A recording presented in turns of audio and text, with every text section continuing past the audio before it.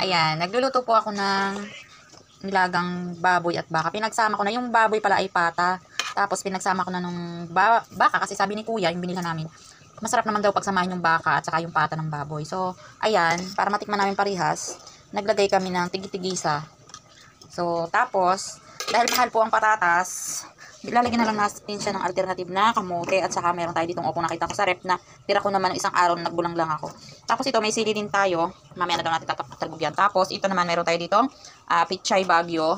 Tapos, dahil nga kanina pa ito namin nilaga, I think mga 1 o'clock. Ngayon ay 6 o'clock na. So, may 4 hours na kami inilalaga ito. And for sure naman na malambot na siya, oh. Ayan. Ilalagay na lang natin na yung mga ricado, ay yung ating lahok na gulay. Lagay natin yung kamote. Mabilis lang naman ang kamote kasi malambot lang yan. Ayan. Hindi naman niya kailangan ano. Tapos ito, lagay na rin natin. Sabay-sabay na yan.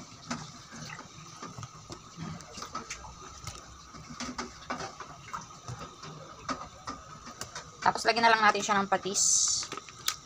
Meron na rin po yung paminta kanina nilaga ko. Oh my god, natumba. Buti na lang natumba yung patis. Nag-shoot sa tasa. Ato, yung patis. Buhos natin dito. Natumba. Ito yung ginamit nating patis.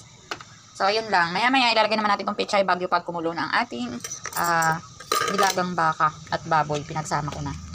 Tikman natin kung masarap ba talaga yung ganitong klase ng ano. Ito po ay baboy. Saan yung baka? Ito po ay baka. Ito yung baka, oh. Ayan.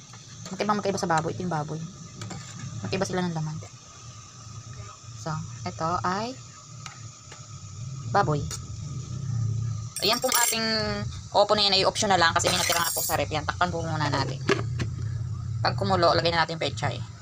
Buksan na natin at kumukulo na. Lagay na natin ang ating pechay bagyo. Ayan, pechay bagyo. Mamaya na tong sili kasi ano. Ito may sili tayong hawak. Mamaya na natin yung ilalagay.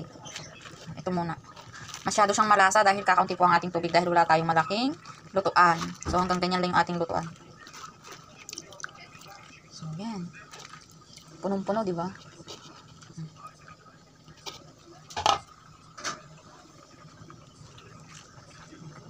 Takloban ulit natin siya.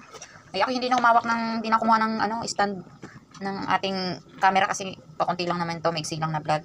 Ayan. So balikan natin mamaya after few minutes lang. Napuluto ng ating nilagang baka with pata ng baboy. Syempre, ayan, meron tayong pechay ng bagyo. Manulit natin. My God, sarap. Malasang-malasa yung ating nilaga. Tama pala si kuya. Masarap pala yun. Yung ganong masakado. At dahil last minute, ilalagay na natin ang ating siling green. Hindi na natin siya pakukuluan. Yan, tanggalin natin sa ating saksak. At ito po ay sobrang tamis. Hindi ko na, sabi ko lagyan ko pa daw ng nor cubes. Hindi na kasi masyado ng matamis. Dahil kukunti nga yung sabaw niya. Ay, malasa. Kasi nakakunti nga po yung sabaw yan. Masyadong malasa. Matapang masyado na. Baka naman tayo ma-over ano. Ayan. Ayan. So, thank you for watching.